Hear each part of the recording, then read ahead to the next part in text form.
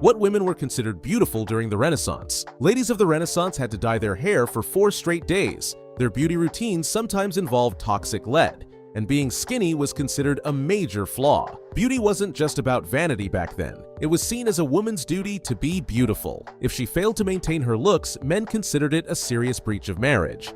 The ideal Renaissance woman had very specific features. Her hair needed to be long, wavy, and golden blonde.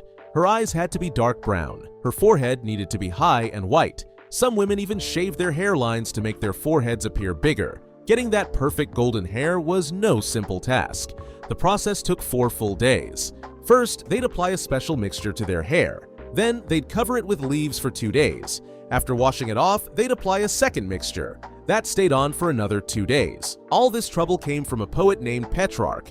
He praised his blonde muse Laura so much that everyone wanted golden hair. The ideal body type would shock modern fashion magazines. Broad hips were considered beautiful, round stomachs were desirable, fleshy arms and legs were praised. Being thin was actually seen as unattractive. Skin had to be perfectly white with rosy cheeks. Women went to extreme lengths to achieve this. Some applied dangerous lead-based white paint. The lead would also go into their red lip and cheek paint. This white makeup became incredibly popular in wealthy circles. The lead slowly poisoned their bodies. It caused skin damage and hair loss.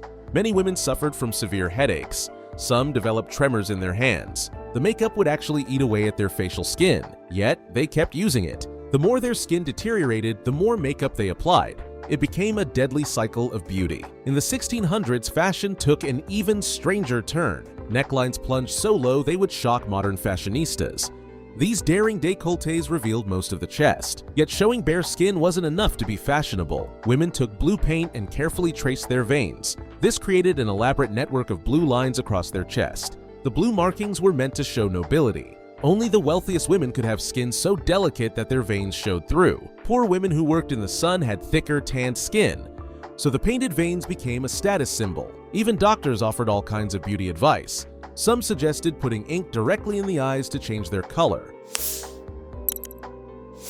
They created special diets for women who needed to gain weight. Many of these concoctions could kill if used too often. Yet women kept following the advice. The pressure to be beautiful outweighed the risks.